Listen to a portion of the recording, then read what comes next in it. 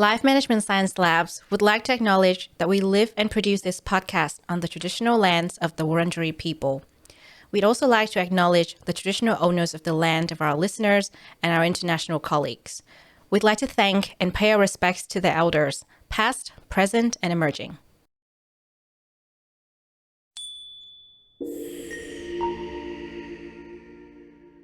Hello, everyone, and welcome to Sero, the Happiness Science Insights podcast, produced by LMSL, the Life Management Science Labs. We are champions of life management science, providing structured insights informed by science and inspired by practice on key aspects of conscious living. Each week, we bring you scientific and practical insights on each element with the expert knowledge of professionals in the field. I'm your host, Lu Ngo, coming to your ears from Naarm, Melbourne, Australia. Let's learn together. Hello, everyone, and welcome to Sero, the Happiness Science Insights podcast, produced by LMSL, the Life Management Science Labs. I'm your host, Lu Ngo, coming to your ears from Naarm, Melbourne, Australia. And today I'm joined by Dr. Eric Maisel, who is the author of more than 50 books. His interests include creativity, the creative life, and the profession of creativity coaching, which he founded, issues of life purpose and meaning, mental health and critical psychology, also known as critical psychiatry and anti-psychiatry, and parenting in a mental disorder age. Today's topic is daily routines, which we're going to explore from the perspective of daily routines as an important part to the journey of self-discovery and mastery. Let's learn together. Hi, Eric. Thank you so much for joining us today. Hi, Lou. It's great to be with you.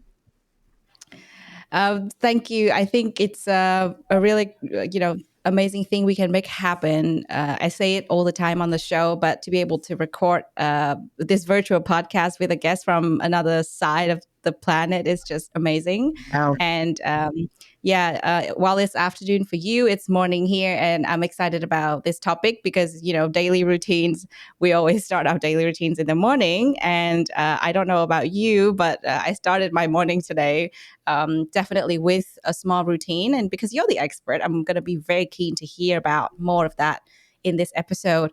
But as we start, even though we have heard about your bio, we heard about your work, I really want to ask you to perhaps introduce a bit more about yourself, maybe some fun facts that the bio didn't include so our listeners can get to know you a bit better.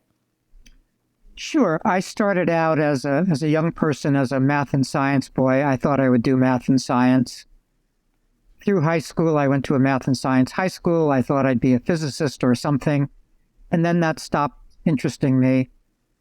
Started out in college not knowing what I was doing, so I quickly flunked out and joined the Army because I didn't know what to do next. Then I got a degree in philosophy because I didn't know what to do next. And then in my 20s, I started writing. I've been a writer for the last 50 years. I started writing fiction and working as a ghostwriter during my 20s. And then that wasn't making enough money, and we had young children. So I retooled as a family therapist, and that's what I did next. I became a California licensed family therapist. And I worked specifically with creative performing artist couples. That was my specialty, which is hard work to have two artists in the room. But then I stopped believing in the mental disorder model pretty quickly. So I wanted to get out of therapy and do something else. And coaching was not quite a real thing yet. This is a long time ago, more than 30 years ago. And so I did something I called creativity consulting. And once coaching became a real thing, then I changed that to creativity coaching. And that's what I've been doing for the last 30 plus years, is working with individual creative performing artists as a coach, and also training creativity coaches and writing in lots of aspects of the creative life. Creativity and depression, creativity and anxiety, creativity and addiction, all the real things that creative people face. Yeah, wow.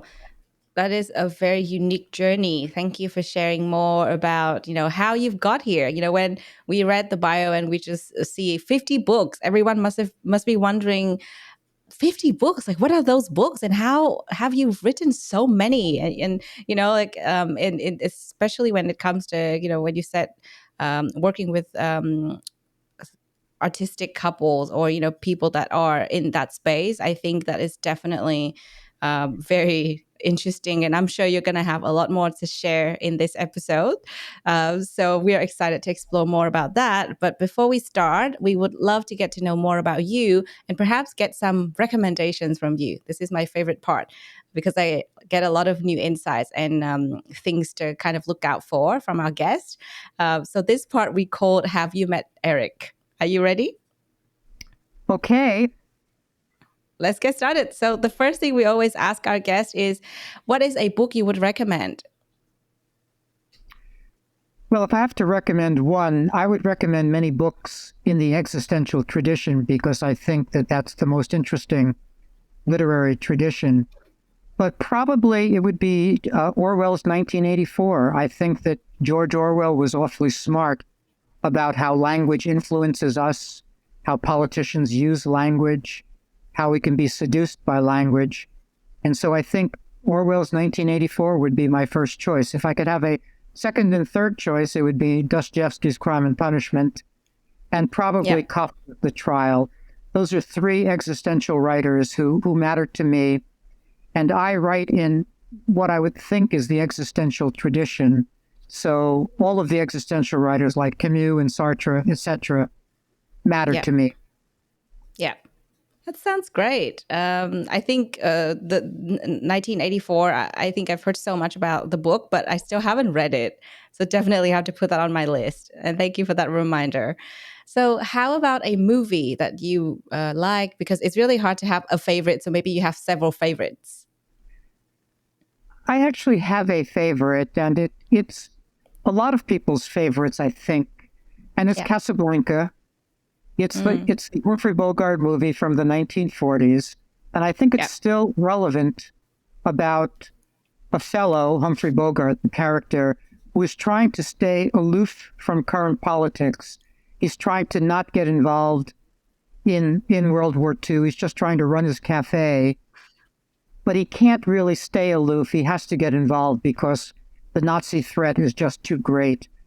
So I think that's still a relevant movie as fascism around the world increases in many places. It's important for us to notice that. A second movie that I like is To Kill a Mockingbird. The main character of that movie, Atticus Finch, is actually one of the most beloved characters in movies, and he's an honorable man, and we don't see too many. We see a certain kind of anti-hero in movies and what have you, but not that many honorable characters. Yeah. And he's one of those few who will take up a cause, whether it's a popular cause or not. And so between those two movies, Casablanca and To Kill a Mockingbird, I think they portray a lot of values that are relevant to us today. Yeah. Thank you for that recommendation. I actually haven't watched both of those movies, so I'm a bit behind, but definitely put them on my list. I think I'm from a different generation. But I believe they're classics. And, I know that I'm behind on a lot of classics, so definitely we'll need to watch them. And thank you for those recommendations. So the next question is a must ask on this show because we are doing a podcast with you. I don't know about you, but I have several favorite podcasts, of course, beside this show. And I would love to hear about your favorite podcast, if you have one.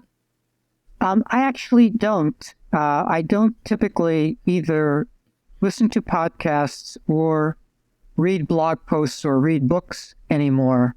I keep churning out my own work. So I don't have a favorite podcast that I can recommend. Yeah. You know that my wife listens to them mostly all day long and loves them, like I think it's Studio Lab, and I really can't even name them, but I don't have any favorite. Yeah. We've heard some guests say that actually, and it's so interesting, right? Because you're a guest on a podcast, but it doesn't mean that you actually listen to podcasts. It's always, I think a lot of productive people, even if they were readers when they were younger or went to the movies when they were younger or enjoyed those things when they were younger, they're now so busy. We're all so busy just doing things that typically I don't have the opportunity to do that. I try to stop my day at 4 p.m. every day, so I'm not just working all the time. And then my wife and I Mm. gather together, and we'll usually watch a movie. That's our Yeah. relaxation. So if you Yeah. were talking about movies, we see lots of movies, but not podcasts. Yeah. Ah, that's yeah, definitely. It's unique to each person what they like to kind of consume in terms of materials, and for you is movie, and I think that's great. Not everyone needs to watch or listen to podcast, but it's always good to hear and kind of see different insights. So that's it about podcasts. But I really like this question because I get a lot of inspiration from our guest. And I wanted to know if you have a famous role model. And if not, perhaps a personal role model, someone in your circles or networks. I don't have a personal role model. I was born right after World War II, Yeah. and the figures in World War II, I'm not sure they were role models, but they were important to me. Figures like Churchill and Roosevelt and Eisenhower, those Yeah. people who helped save us from the Nazi takeover. Those people were important to me, and I still think about Eisenhower and Churchill and Roosevelt all the time. I picture Eisenhower sitting there with 200,000 troops bobbing in the channel on boats, waiting to go off for the invasion, and just Yeah. what that feels like in terms of life purpose and pressure and anxiety and all of that, and how we have to just buckle up and act in our own lives as if our life was that important, as if we were running our own D-Day, because we have to find Yeah. our own motivation to do the work in our life. Yeah. Thank you for sharing that. It's definitely unique to you. And I guess getting to know a bit more about the context of when you were born and, who inspired you on this journey is it's a good way to kind of look into the world of Eric, I guess.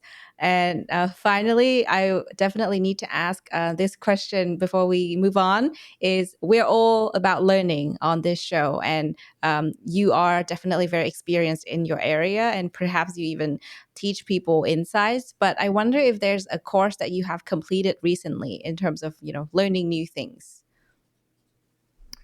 There isn't a course that I've completed recently, but I've engaged in certain collaborations. I usually work alone. That's been my style for almost my whole Yeah. life. But I've Yeah. engaged in certain collaborations this year. And one of the collaborations is with someone, her name is Linda Monk, who's in the journaling world. And that was not a world that was very familiar to me. But I think I've begun to have an increased understanding for and respect for the power of personal journaling. And Yeah. she and I have done some books together. So I would say that the thing that has Mm. moved me this year is understanding journaling as a tool and how that Mm. personal expression is powerful. I want to Yeah. put a comma there, though, because we will be talking about daily practices, and practices have to have priorities in my way of thinking, because Yeah. you can't do everything at the same time. Something has to come before something else. Yeah.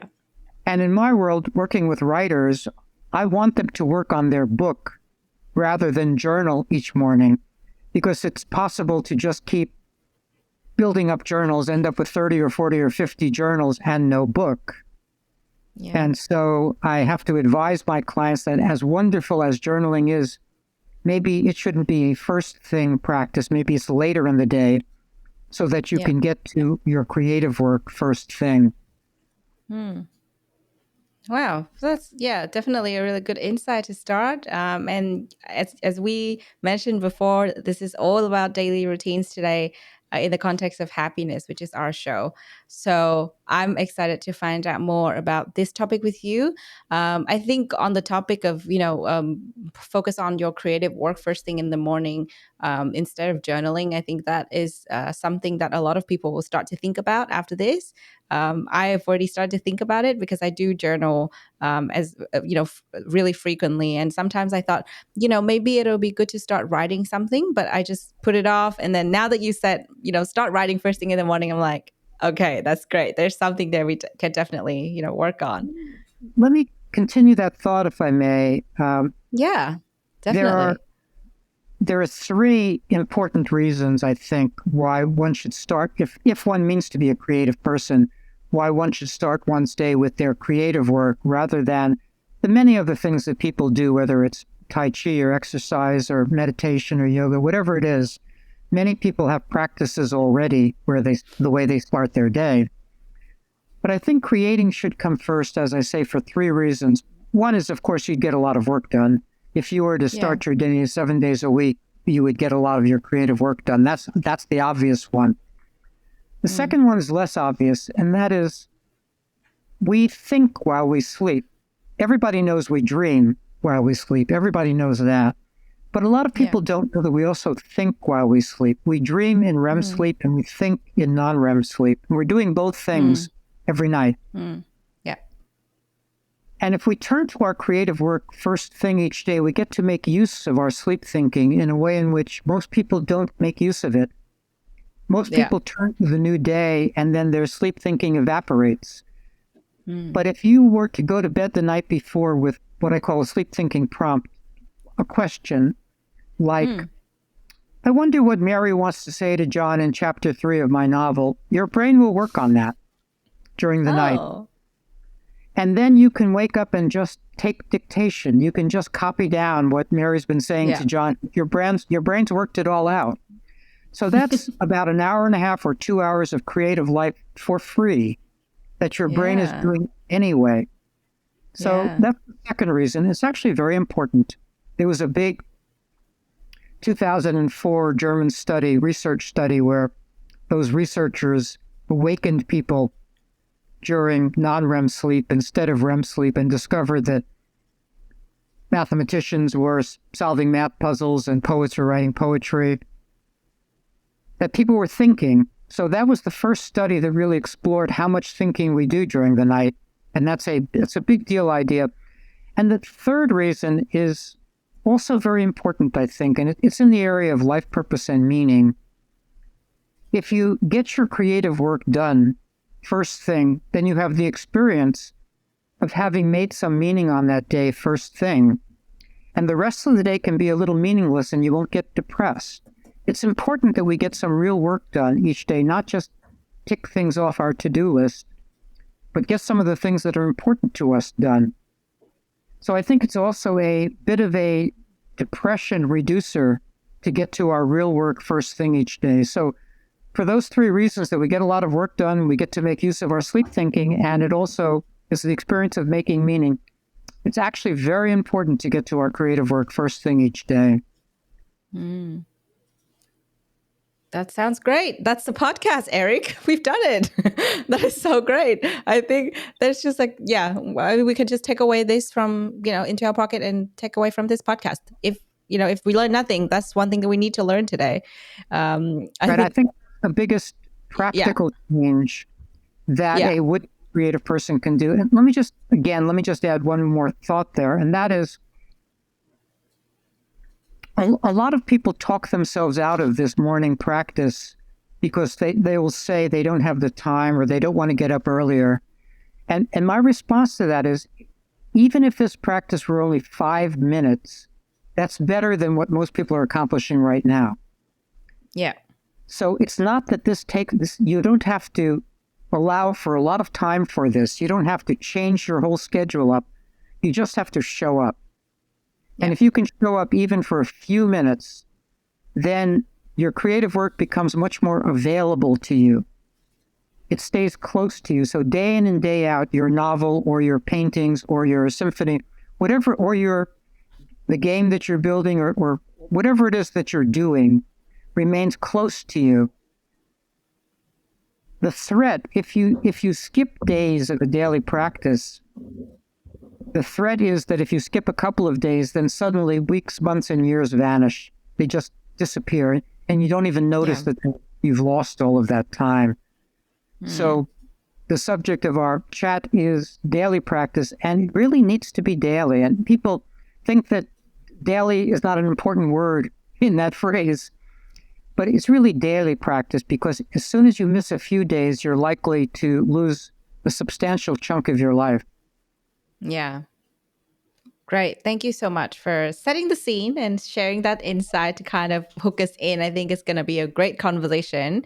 So let's actually officially start with our questions. We are probably going to circle back to some of the insights you just mentioned, but we are going to cover a lot more ground in the part of this interview where we talk about happiness, the relationship between daily routines and happiness, and so much more. So the first thing we always ask our guest is to ask you for your personal definition of happiness, because it varies for different people. Each person has a very different, unique description and experience with it.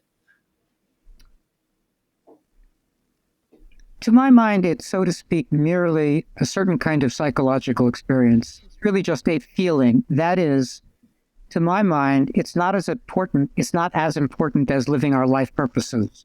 That is, I think we're in life to make ourselves proud by our actions. And if as a result we get some happiness, that's lovely, that's a blessing. But we're not in life for happiness. We're in life to live our life purposes. An important point, because if you chase a feeling, whatever the feeling is, happiness or meaning or the other kinds of feelings people chase, then they're always chasing something. Whereas if they could stay put and live their life purposes. And you can tell that I'm saying it in the plural because I don't think there is a purpose to life. I think each of us has many things that are important to us, many life purposes, and we get to choose them. And if we're not living them, then we get disappointed in ourselves and then we get unhappy. So to my mind, the path to happiness is not to strive for happiness, but to make sure that we're living our life purposes. If we live them, then we'll have the experience of happiness, at least some of the time. Yeah. I think that's a really good point, because a lot of our other guests on the show also mentioned that there's this misconception about the fact that if, like the sole purpose of your life is to have happiness, or there's that pursuit of happiness that everyone talks about. However, life is not all about happiness, like you said. And that is one of the misconceptions that we've heard quite often. But I wonder if you have noticed other misconceptions when it comes to happiness, perhaps from other people, people you've worked with, especially in, counseling and other activities that you've done.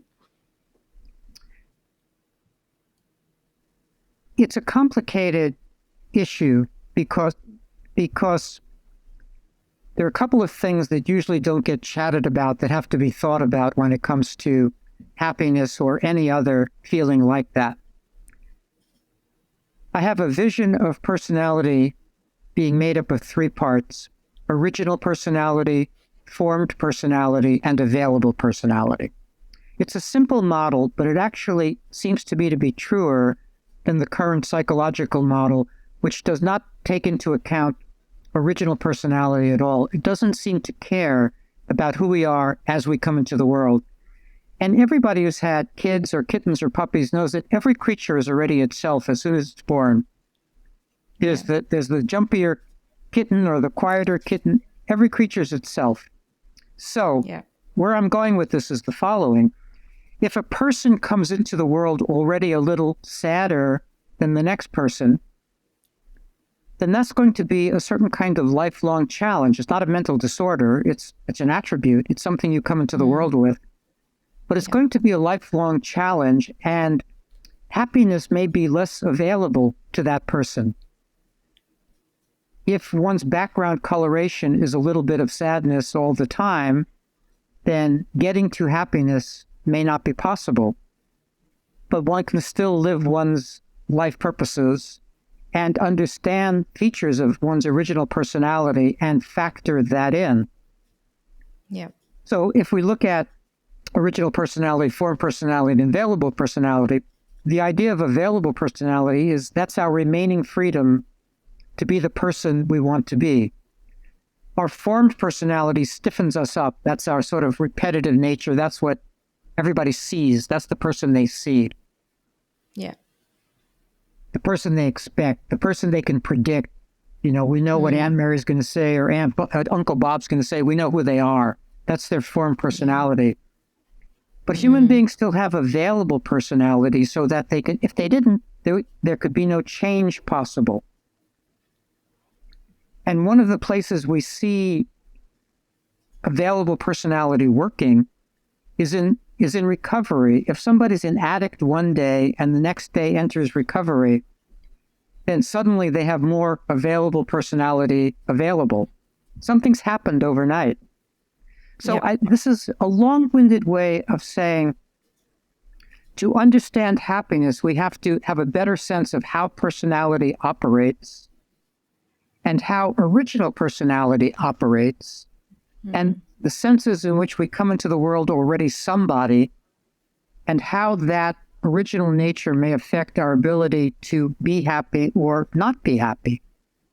Yeah. Yeah, I totally agree. And I think that reminds me of some insights that I read from a book. I can't remember the name of the book anymore, but I think in the book it said that we have, what I'm kind of trying to say is, when it comes to our happiness, or perhaps other things that we encounter in our lives, like you said, sometimes it could be things like anxiety or, depression. Those things actually, I think half of it is because of genetics.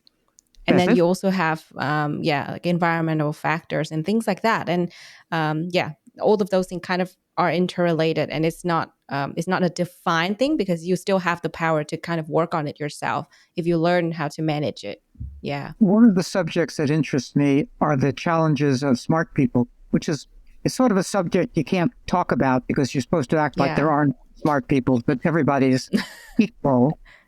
But all human attributes fall along a bell curve, all of them, whether it's height or what have you. There's a range.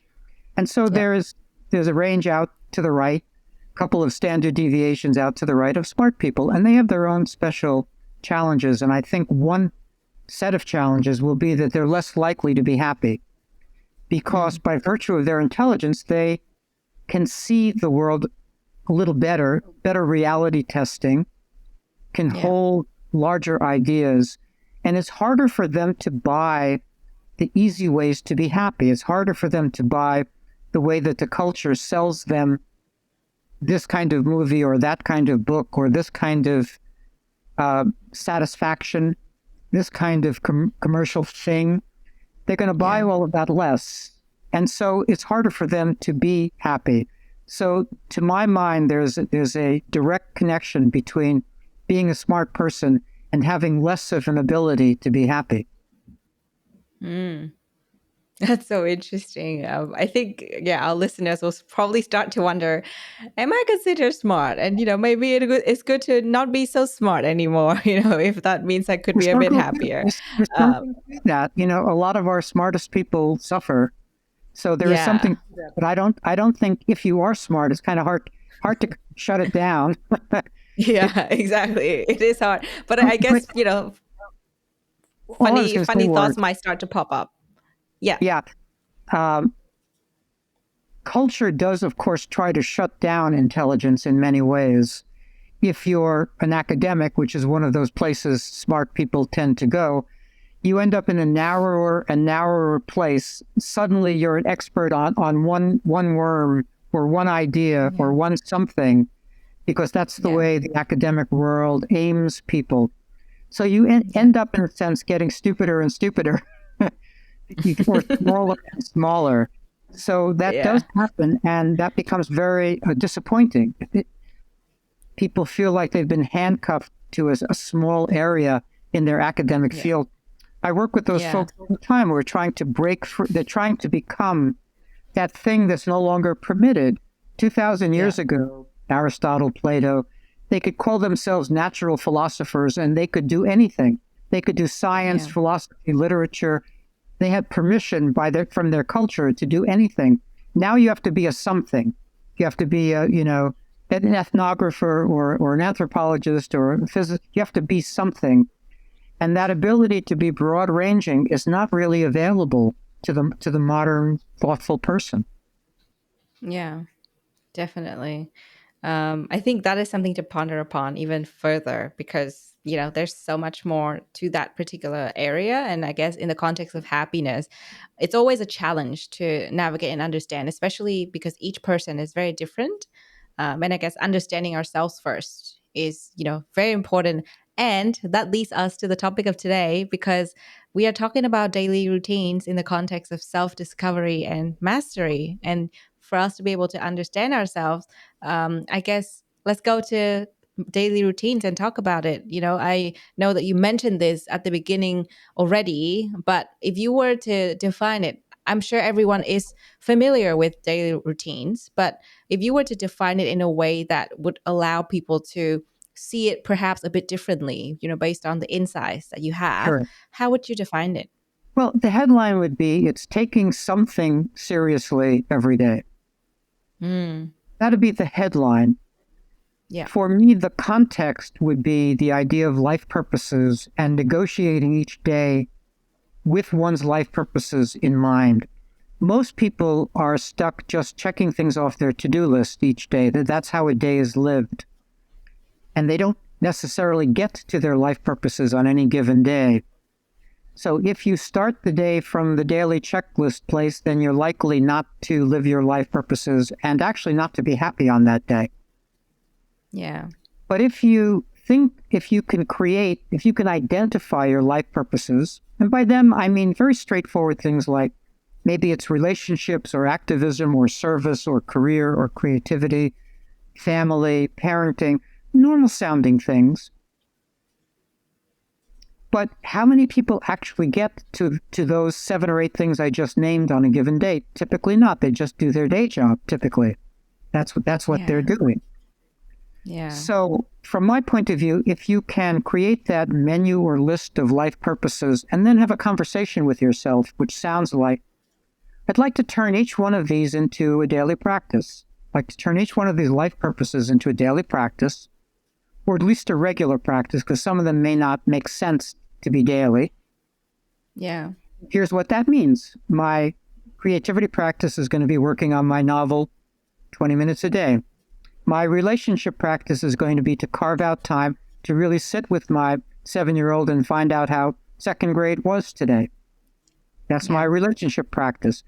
And this sounds very formal and even a little stuffy, but it's the only way to get to these things, is to make them into daily practices.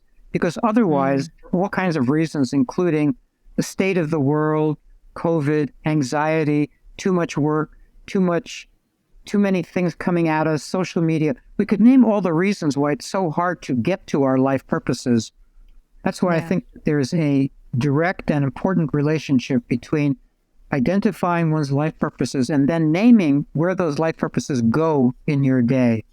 And some may be daily, like I think if you're working on a novel, you want to get to it every day. But others, like maybe talking to your daughter who's off at college, maybe that's twice a week. That's still a regular practice. But you still want to pencil it in as a regular thing rather than forgetting about her, which is what we can do. In the busyness of life, we can forget that we even have a daughter off at college. So the importance of daily practice is that it helps us remember things that are important to us. And another way to think about this idea of daily practice and happiness is a very simple one. And that's to, again, make a list or a menu of those things that ever made us happy. Yeah. Including as kids, which is very important.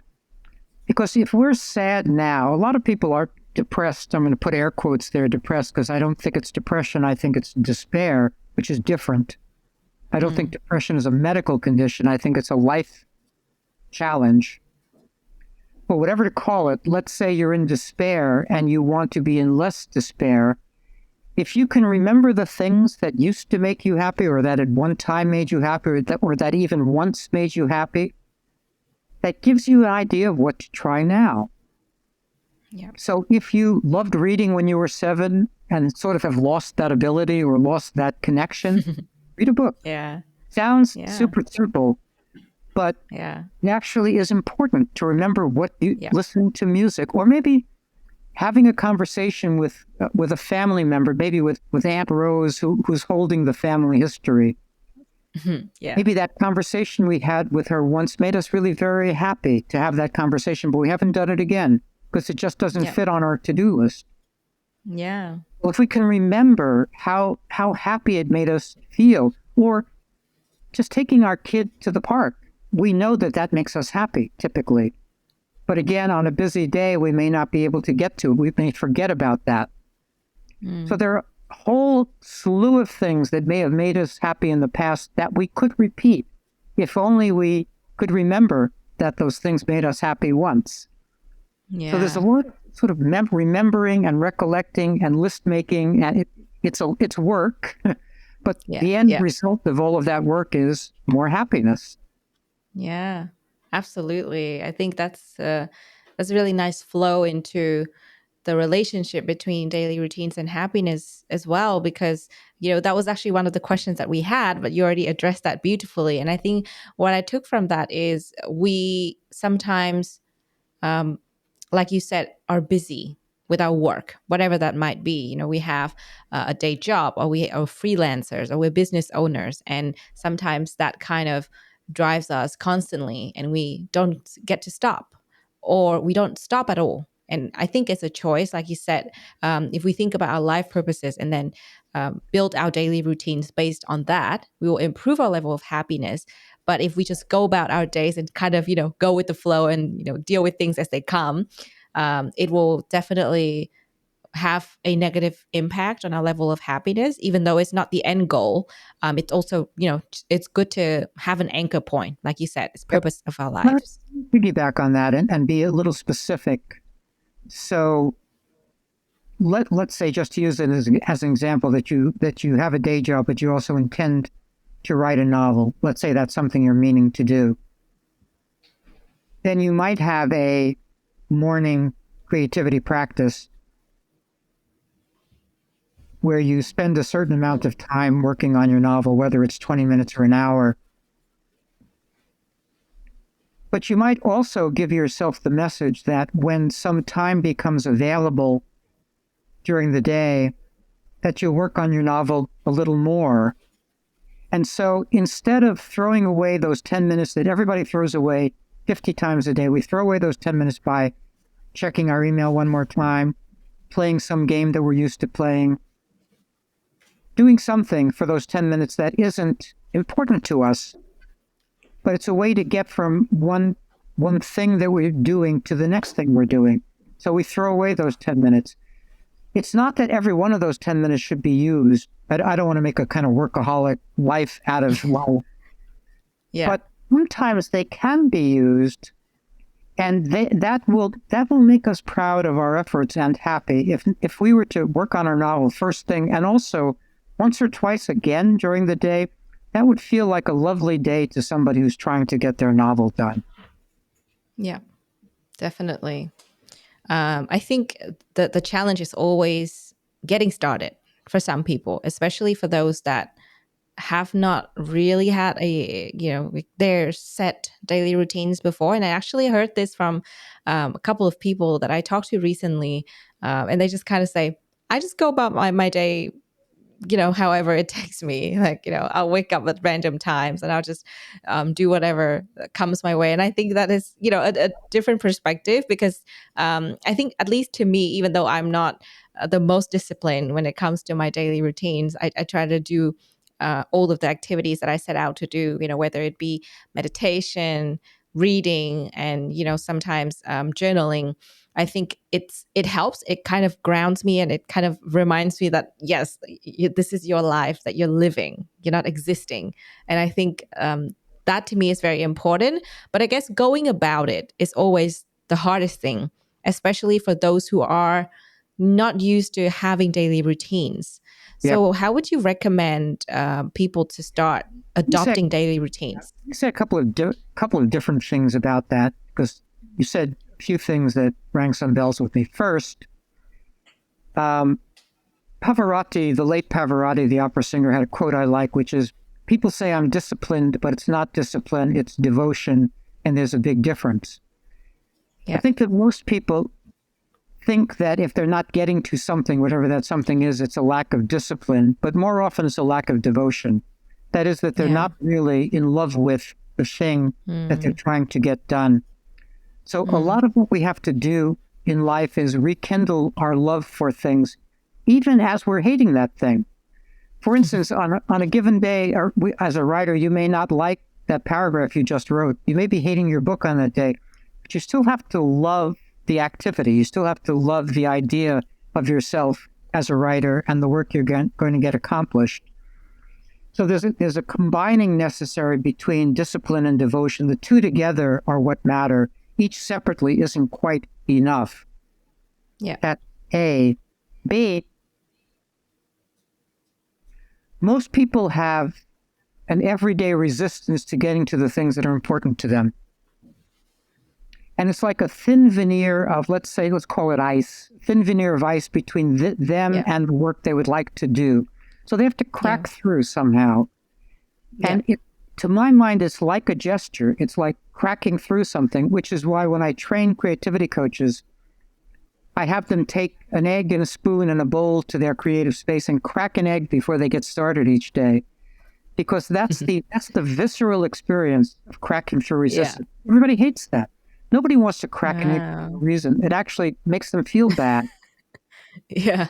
So folks may have to find their own method that's different from cracking an egg, but there's something about that that's important, the sense of that. Because if we don't crack through on a given day, then we go do our other stuff. We just go to our to-do list and start doing stuff. So there's the cracking through energy, but there's also the anxiety management, which is a very big deal. Anxiety is the great silencer in life. It prevents us from doing all the things we want to do, because if something's making us a tiny bit anxious, our first line of defense is to get out of there. It's to flee the encounter. If we're afraid of flying, we don't take lunch at the airport. That's not where we go. We don't go to the airport for lunch. We go somewhere else. We stay away from the things that make us anxious. So if our novel makes us a little anxious, or building our business makes us a little anxious, or some hard thing that we have to say to our husband or wife makes us anxious, we're not going to do it. And so people have to understand the extent to which little bits of anxiety are stopping them from happiness, really, because if they were to do the things that they intended to do, they would be happier. Yeah. This means that everybody needs some portable anxiety management strategies. That is stuff they can really carry around with them. A lot of people have like a meditation practice or something where they get to be calm for a period of the day, but then not calm the rest of the day. So being calm for a period of the day is lovely, but we need things that we can carry with us, whether it's a breathing exercise or a certain kind of cognitive work or whatever, somatic work, or a way of moving our body. There are different ways to reduce anxiety. But if you as a human being have not actually figured out the 2 or 3 things that work for you, then that means that you don't really have a repertoire of anxiety management strategies that work. And you're probably not going to live the life you want to live. It's really, it's sad to me, the extent to which people are not living the lives they want to live just because they don't have some simple anxiety management strategy or another. Yeah, that is definitely something to, take with us, because I think the first thing that you said, I totally agree with. I guess when it comes to discipline, we can say, oh yeah, I'm not that disciplined. But at the same time, this is what I've noticed in myself as well, where it's kind of like, if I really like the activity that I'm doing, or if I'm really passionate about it, I should have got that done by now. And sometimes, to me, there was actually kind of signposts that, oh, I've put this off for so long. Maybe I just don't like it as much. So I need to find something else. Yep. And let me say it another way also, and that is, everybody is postmodern enough to believe that they're just excited matter that the universe could make, that they're not really very important. It's hard for a lot of people, in fact, most people, to think that they and their efforts really matter. And that's what people have to remind themselves of, that their efforts do matter to them. Because it's very easy for one of my clients, let's say, to say, who needs another, let's say he's a photographer, who needs another photograph? Yeah. Billions of images. Who needs another photograph? Who needs another poem in the world? Who needs another song in the world? Who needs any of that? So it's easy to talk ourselves out of our own loves by saying, not going to matter. Doesn't matter to me, doesn't matter to other people. So we have to continually reconvince ourselves that our efforts matter. And one of the ways that I help clients organize their thinking around this is to use the imagery that the turn of the century painters from the last century used, the Picassos and the Braques. They had a phrase which was an audience of one. And what they meant by that was if what they were doing mattered to even one other person, they'd be okay. Because they didn't think that a lot of people could understand Cubism or what they were doing. So they didn't expect a big audience. So if one of my creative clients can switch their mind from bestsellers and huge audiences and 250 million Facebook followers and all of that to just, I'm going to do my work and move one other person, then they can get reoriented around what matters and believe again that what they're doing does matter. It may not matter to a million people. It may only matter to 12 people, but that has to be okay. Yeah, definitely. That is a really important point you touched on. And I think that reminds me of, you mentioned Picasso, and I went to the Picasso Century that we have at the National Gallery of Victoria recently. And it's a 2-part exhibition. And it's amazing to see all these artists and, their creations sort of come to life in the same space. And I also went to Monet and Friends, which just came to Melbourne, I think, 2 days ago. And to kind of see all of these creatives, bring art to life and to see their passion, they did not just create these things because someone was expecting them to. And like you said, it's the devotion, right?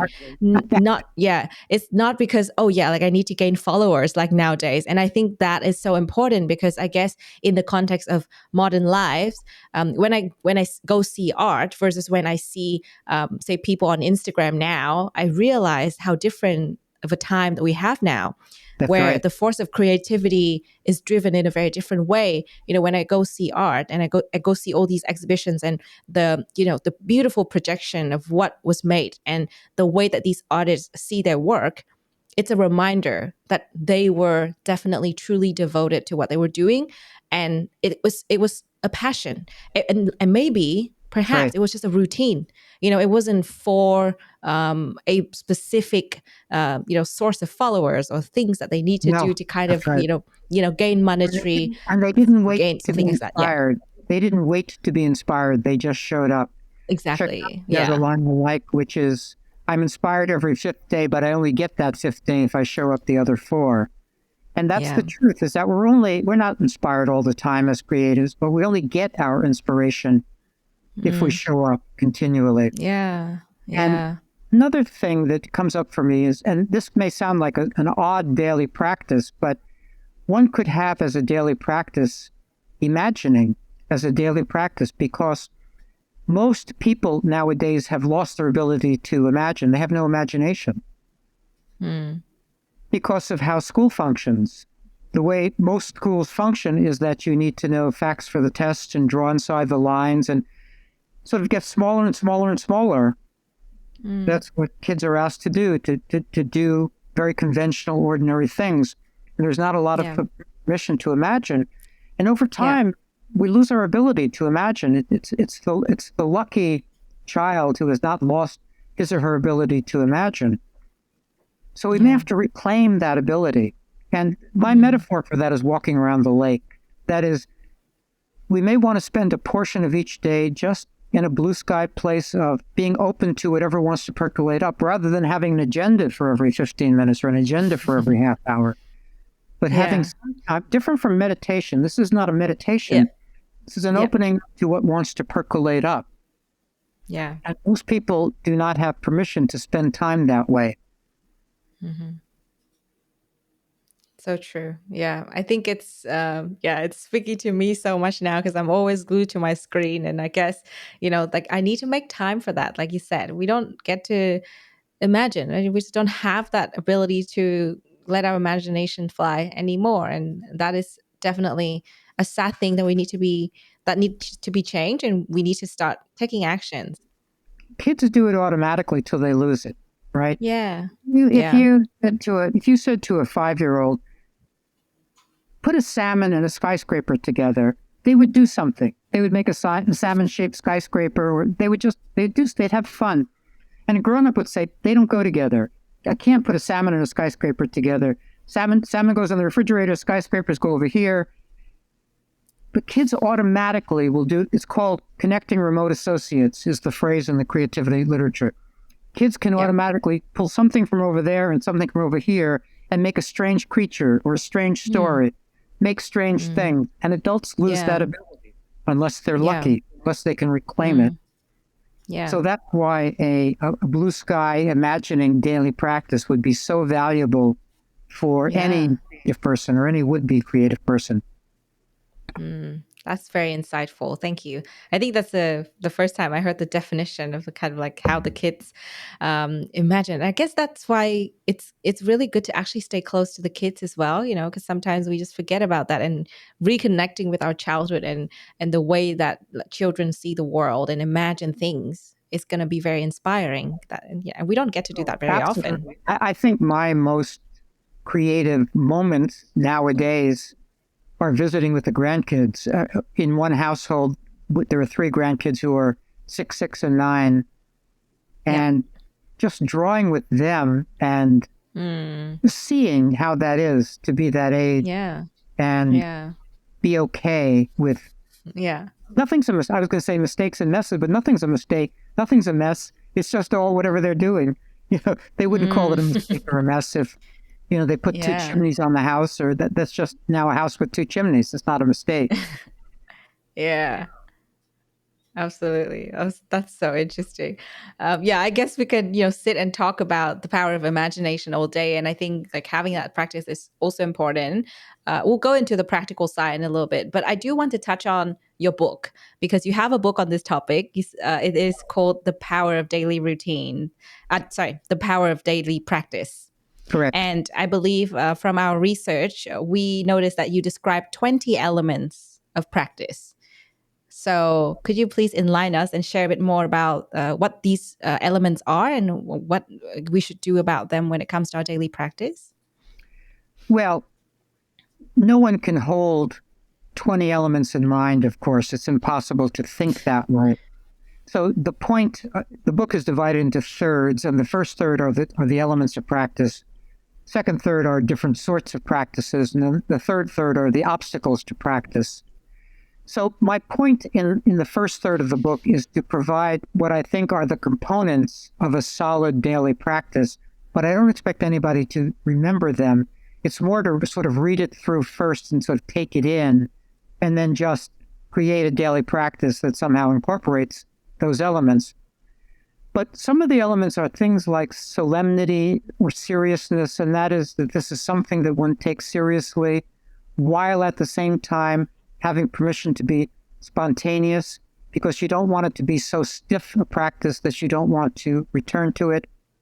So there are lots of dualities in these practices, sort of yin and yang things that a daily practice can include. And so that's sort of the idea of the elements of practice, is that there are a number of things that amount to, the components that amount to a solid daily practice. Yeah, that is true. I think if you were to tell me about the 20 elements, I would probably forget about them. But when you put it like that, I guess it's more practical, especially for our audience, to kind of go about approaching the way that we can, have our daily practice. Feel how things can combine. To use that Taoist idea of yin and yang for a second, the idea there is not to be masculine or feminine, but rather to have all of those attributes available, and then sort of to decide in any given moment whether to be more, so to speak, masculine or more, so to speak, feminine, to have it all available. So what a solid daily practice is really about is having everything that is available to you actually available in that moment, whether it's lightness or seriousness, whether it's intensity or spontaneity. have it all available, and then do whatever you need to do in that practice. Because let me give a more concrete example, or a different sort of example. If you're a novelist, on a given day, your daily practice may have to be carpentry. It may have to be getting from chapter 1 to chapter 2 in a way that works. So you're just sitting there doing carpentry. It's not about imagination, really. It's not about spontaneity. It's not about one thing or another. It's about figuring something out. It's an intellectual task of, how do I get my character from here to there effectively? But then the next day, same daily practice, but the next day might be, what do I want my next chapter to be about? Here and now I have to be expansive and do that blue sky thinking and have a completely different experience. It's not that narrow carpentry thing. It's, let me lean back and be open. So the actual quality of the practice can differ dramatically day in and day out. What remains the same is the intentionality, the primacy of it. And those are some of the elements of practice, that this comes first, not just first in the day, but first in your being. This really has some kind of priority in your being. So you know that you're showing up for whatever it is. It might be your diet practice. It might be playing the ukulele. It might be anything. That could be a daily practice. It could be anything. But that it matters to you, and that you're really showing up, and that it's not okay to miss it. It's not okay to just make that gesture of, not today. I don't think I'll do it today. Just stop making that gesture and, no, I'm showing up today and tomorrow and the next day. Yeah, absolutely.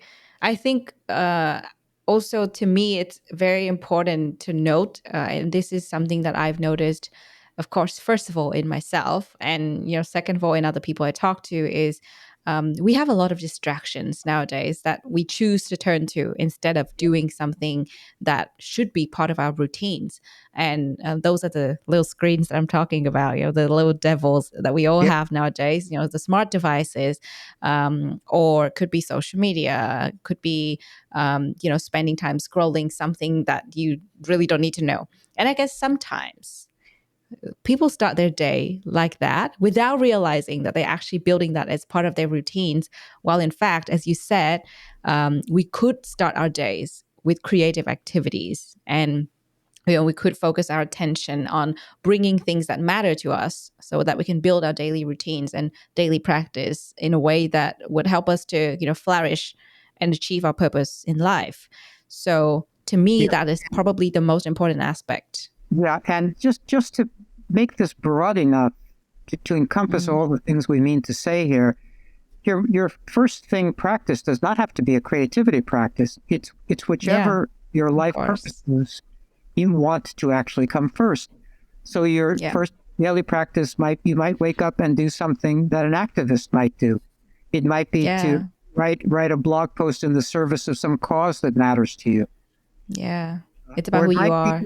Your daily practice, the first thing you do each day might be to be of service. Rather than checking your email for this, that, and the other thing, might be to reach out to somebody you're in communication with who just got a cancer diagnosis, and you want to be support to that person. It depends on our multiple life purposes, what they are. And it might be service, it might be activism. There are all kinds of other things that might come first. So I really don't want to sell the idea that creativity is above other life purposes. Because there's been a lot of creative folks as an example who have acted like only creativity matters. And that has not led to a good life. They have not been happy by doing that. Because typically they don't enter into relationships. They're too isolated. They fall into despair. Often they commit suicide. So I am not selling the idea that creativity is the be-all and end-all in life. What's really important, just to repeat myself, is to identify all the things that are important to us, or some number of them, and try to take care of all of them so that we have relationships as in addition to creating, that the different things that make up for a full life are accounted for. Yeah, absolutely. I think I totally agree with that. And, I think everyone should check out your book, The power of daily practice. Definitely. I'm definitely going to put that on my list as well. And on the topic of practice, let's now talk about something practical, something that our listeners can take away from today. At the beginning, you did mention that, start your day with the creative activities. And that might be for people that are, passionate about such activities. But like you also said just now, there are things that other people are more passionate about. Maybe they're something that is close to their heart and their purpose in life, it might be different. Like you said, there are multiple ways to look at it. But we are talking about daily routines in the context of self-discovery and mastery. And I guess let's give our listeners something that they can try, after listening to this episode. So what is something that you recommend? Yeah, I'm going to give a high bar thing. It's bigger than an exercise. It's a big deal thing, but really worth thinking about. Most people prevent themselves from doing the things that they would love to do or intend to do because their thoughts are not serving them. That is, that they're thinking thoughts that are not serving them. And I say that in a particular way. This is not about the truth or falsity of a thought, but rather whether a thought serves you or not, because lots of true thoughts do not serve people. And people don't quite get this. They think if I'm thinking a true thought, well, then I've got to countenance it. I've got to go with it. So what do I mean? If you're a writer and you go onto Amazon and you see that there are 6 million books or 7 million books or 8 million books, you're going to say to yourself, wow, there are a lot of writers out there. And that's a true thought that does not serve a writer to be thinking. Yeah. Because in a few days, that writer is going to stop writing. She won't even know why she stopped writing. It's because there are so many writers out there. So we have to we have to notice what we're saying to ourselves. And this is not about negative self-talk. This is about all self-talk. The two things that folks are saying most often nowadays to prevent themselves from getting to their daily practice are, here are the two things, everybody's saying it, I'm too busy and I'm too tired. And those thoughts are so true-ish that they let you off the hook because everybody's busy and everybody gets tired. So you have to practice disputing those thoughts, which would sound like, yes, I'm tired, but I can get to my novel for 20 minutes. Or yes, I'm busy, but I can get to the studio and do a little painting for half an hour. Yeah. So that is, we can honor the truth of a thought while still not accepting it. Yeah. And people are not practiced at disputing true thoughts. They think as soon as I say to myself, I'm tired, then I have to act tired. Yeah. Or as soon as I say I'm busy, that precludes the possibility that I can do something that I thought I was going to do today. I sometimes call that the maybe trap, where you start the day thinking, maybe I'll get to my novel, maybe I'll get to my novel, maybe I'll get to my novel. And that always becomes no. That's that trap. You have to start the day or find some way to have strong yeses, or else those maybes become no's every day. Yeah, absolutely. I think this is something really good to start with. Even if people have already got their daily routines sorted out, or so they think, or maybe this can also be applied to people that have not had daily routines before. This would be very, very, very helpful. Now, in the context of what you just said, disputing the thoughts, that is kind of like an internal battle that we need to have, an internal thing that we need to practice, like you said, on the daily. So to summarize this for people that are very new to it, how should they go about disputing their thoughts? I know that you mentioned a couple of examples like, yes, I am so-and-so, but are there any It's easy to say. ways? What to do is easy to say. It's just that most people won't do it. But it's easy to say, which is hear what you're saying. Try to figure out if it's a thought that does serve you or not. It's you having a conversation with yourself about the thought you just thought. Yeah. If it isn't, if you can see that it isn't serving you, you have to say, no, thank you, thought. I'm not interested in you. Go away. And then the last step in that process is to have some kind of global affirmation or something that you say all the time at the end of this little process, which might be back to work or I'm perfectly fine, something that sort of rounds out that sequence of conversation so that it puts you in the right frame of mind to get on with your life purposes. So it's actually very easy to say what a person's supposed to do. Just most people don't really see it as their job to spend time each day interrogating themselves about their thoughts and wondering if they are thoughts that serve them or not. But if folks would do it for just a little bit, they would begin to see how many thoughts are not serving them and how tricky their thoughts are, how they're tricking themselves into not getting to their real work, tricking in the sense of letting I'm busy or I'm tired get them off the hook and prevent them from getting their work done. So that's that part of it. As you say, that's the internal part. There's an external piece too that I want to chat about for 1 second, if I may, and that's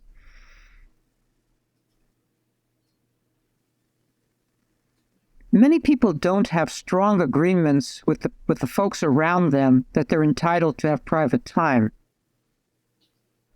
And if that's your set of circumstances, you may have to have a conversation with your roommates or with your mate or with your children that certain times of the day are, to use a loose word, sacred. You get to close a door, even lock that door, and go do your daily practice, whatever that is. And many people don't find it easy to have those conversations with the people around them and say, from 7 to 8, I'm not available.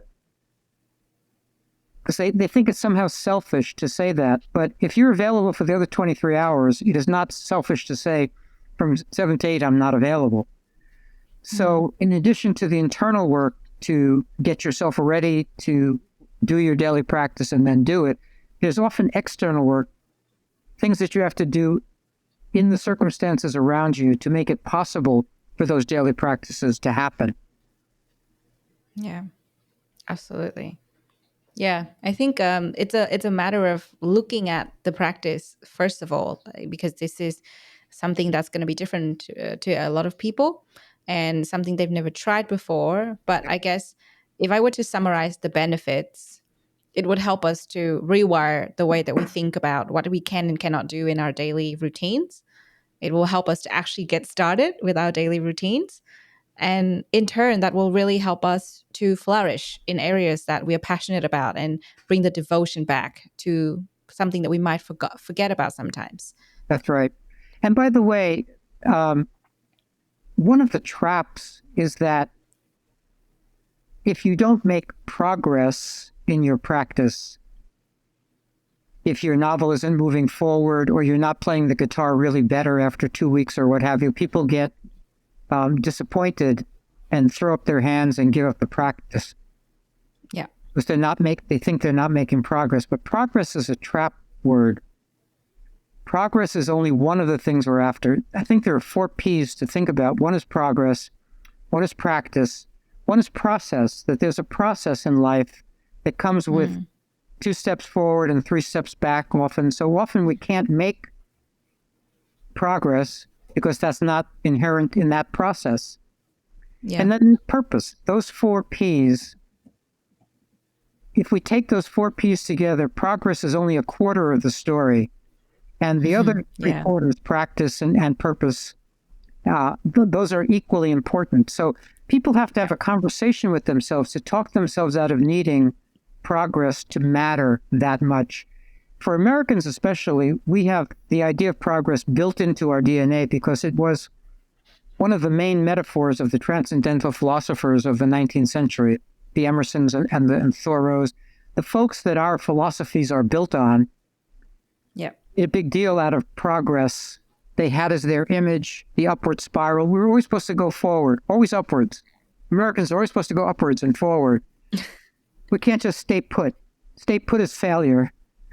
Yeah. So, especially for an American audience, but for anybody really, because it's a worldwide phenomenon, we have to talk ourselves out of progress meaning so much. And that those other things that we're after, like purpose or process or practice, are also important. Yeah, absolutely. Yeah, that's a really great summary. Thank you. I think you already addressed the challenges that we might have on the way. We've also touched on things that we can do to actually face those challenges when it comes to, going about setting up or just maintaining our daily routines, especially with all of the noises that we might have, and the kind of the way that we're conditioned in our society. And the 4 Ps, those are really interesting. I think, I took notes of them straight away because I definitely need to, think about them more. I guess it's always easier said than done. It's always kind of, it might be a bit overwhelming at the beginning when people start to think about these concepts. Yeah. But to me, it's a very important thing to start embracing straight away, especially because we're talking about something we're doing on the daily, and our lives are formed by the days, right? So we start small. I'd like to say one thing about if you leave your practice, or if you fail to show up on a given day, what to do. It's a two-step process. Super easy to say. Forgive yourself, because you're going to have disappointed yourself. So forgive yourself and try again tomorrow. It's really that. It's easy. That's the way to think about it. But the self-forgiveness is important, because new habits are hard to acquire. There are all kinds of different ideas about how long it takes to acquire a habit. Some say 4 weeks, some say 6 weeks, some say 8 weeks, whatever the reality is. And I'm sure it's idiosyncratic. I'm sure it's person by person and habit by habit. But it takes time. It takes time to acquire a new habit. So expect you might skip 2 days, you might skip 3 days. Try to show up that 4th day, and all through the process, forgive yourself, because it just does. It's not going to pay to beat yourself up as you're trying to institute a new practice. Yeah, absolutely. And finally, to close this out, which practice would you recommend our audience to combine, disputing our thoughts with? Perhaps there's something else we can add on top of that so we can, go about our daily routines in an effective way. Say that again. I think I may have missed the essence of that question. So run that by. So at the moment we're talking about, the practice of disputing our thoughts so we can start our daily routines. And I wonder if there's another practice that we can combine this with to help us build and maintain our daily routines.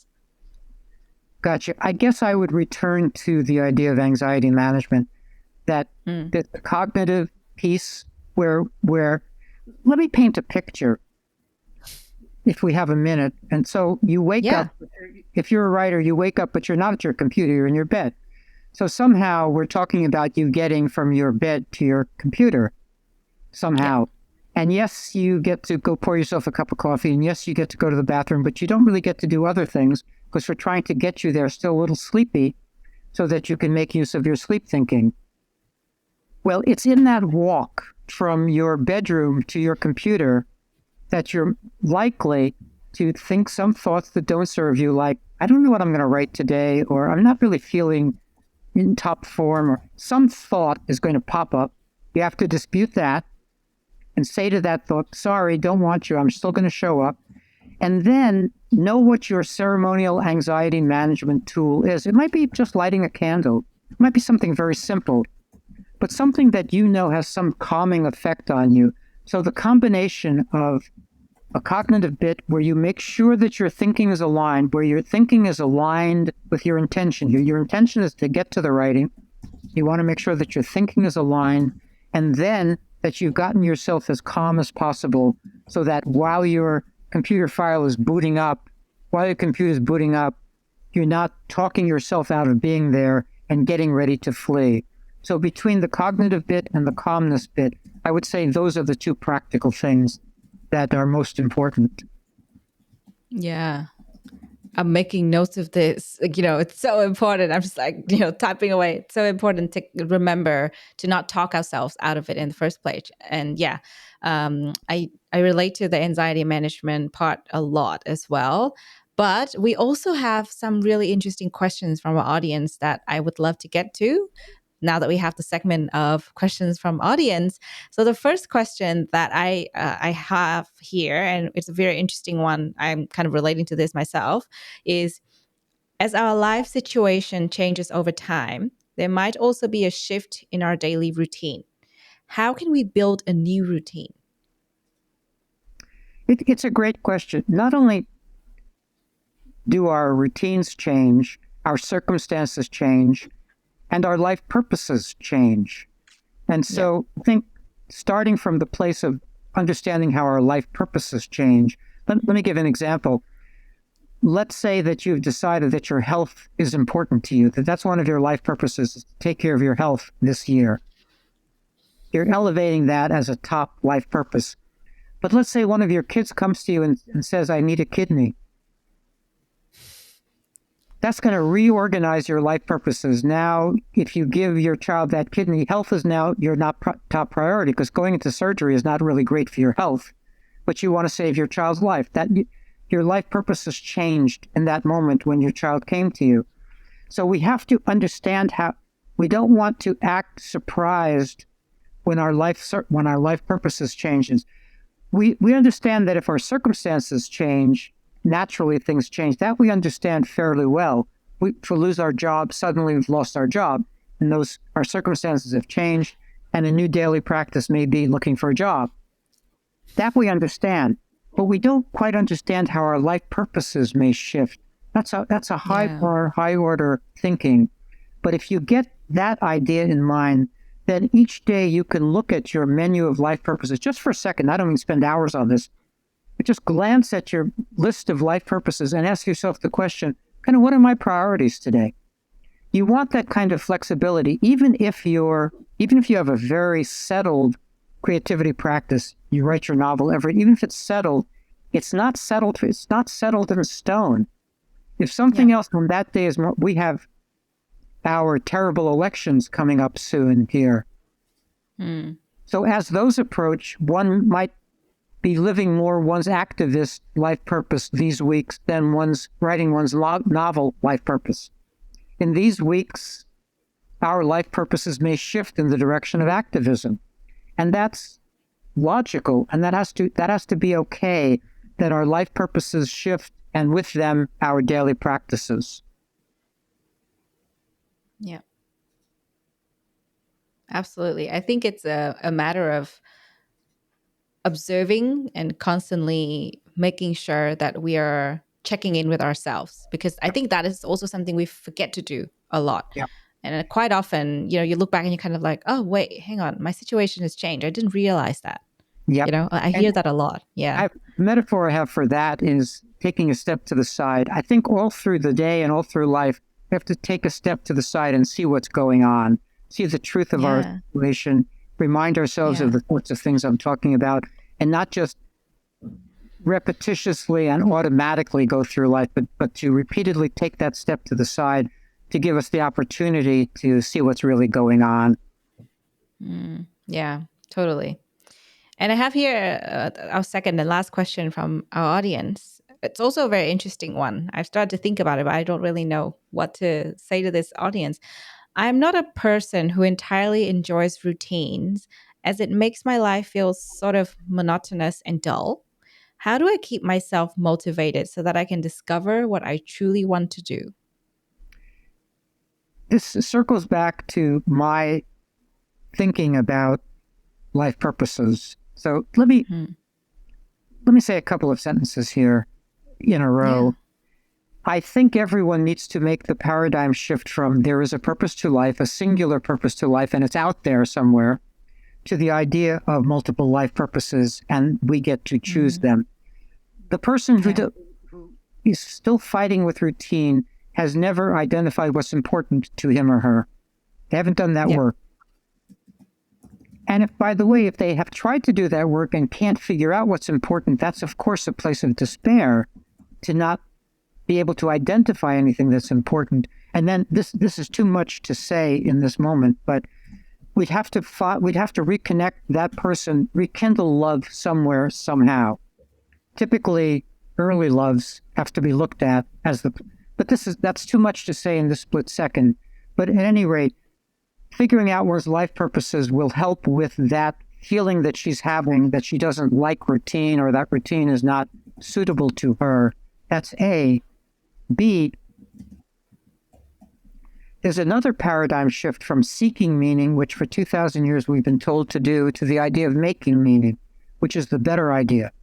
We have to stop looking for meaning out there as if it's at the top of a mountain or in some book or at some guru's feet, and understand that all we can do is try to coax meaning into existence by investing meaning in the things we try and seizing meaning opportunities.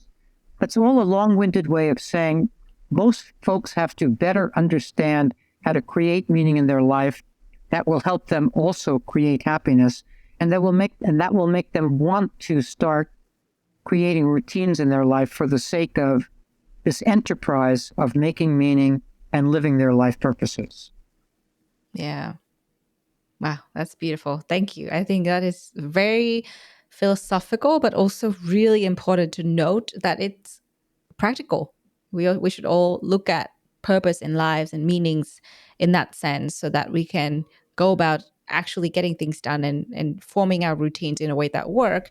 Because I don't think it's about having a routine and having it as something that stops you from enjoying your life. No. It shouldn't Yeah. feel monotonous and dull. Like I feel like when I saw the question and when I heard myself reading it out loud, I was kind of thinking, if you enjoy it, it shouldn't feel monotonous, because everyone has daily routines, and we Well, do simple things all the time. back on that thought, because I want to be clear here that your daily practice may not be enjoyable.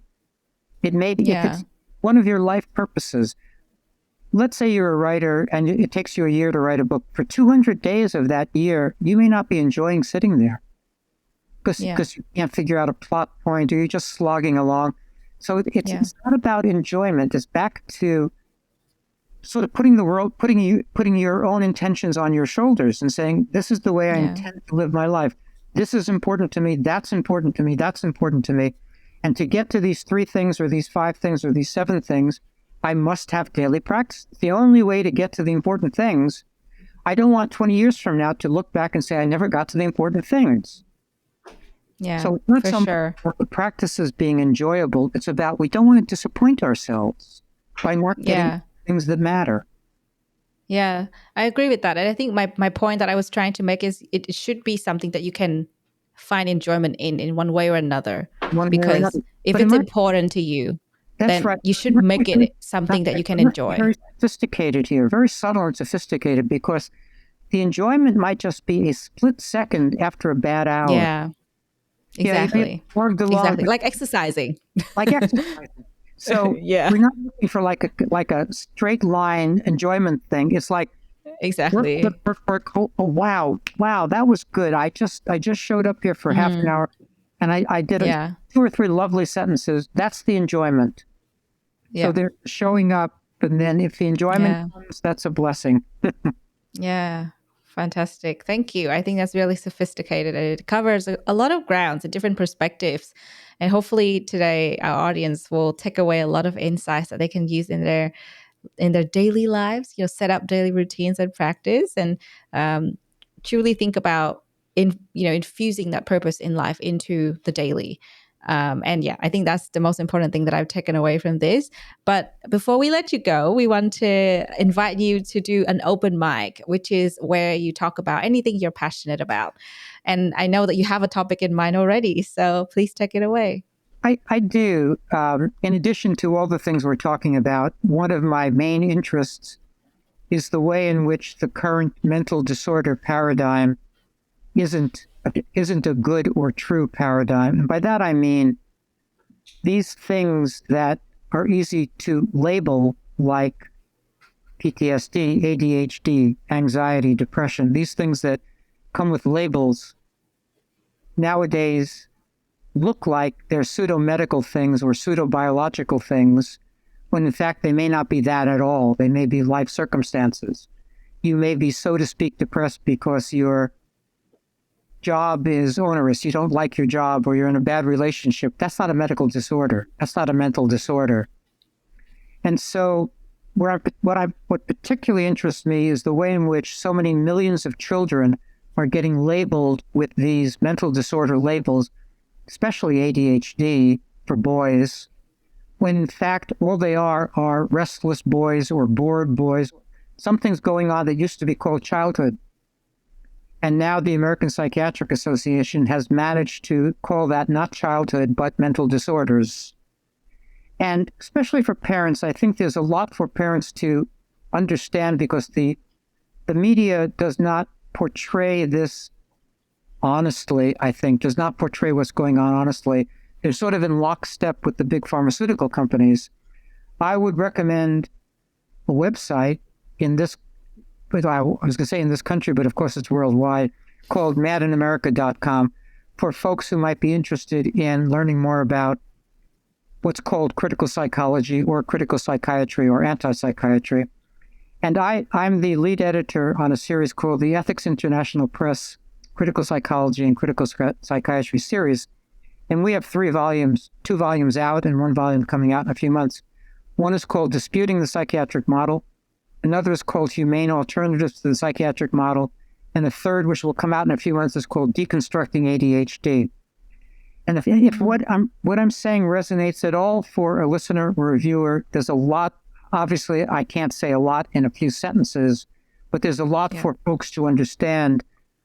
And maybe if they look into it, it will help them get off their so to speak medication and find a different way to live life, different from believing that they have a certain kind of mental disorder. Yeah, that's definitely a new perspective because all the things that you just said, I've heard about, of course, quite a bit, mental disorder, ADHD. And in fact, I have people in my circles that say that they have these, more and more people are self-identifying as having ADD or this or that. And it's unfortunate. Yeah. So it's good to have this new perspective of, deconstructing what we know. And perhaps there should be a lot of new insights that you're going to bring. So, thank you for sharing about that. I think it's going to be good for our audience to look into it. It's a very short description. So we need to look into it further to know what it's about for sure. Thank you so much. And before I let you go, I would love for our audience to follow your work because you have so much going on and you have done so much as well. So how can our audience find out about you and follow your work? The main way is to come to my website, ericmaisel.com, ericmaisel.com.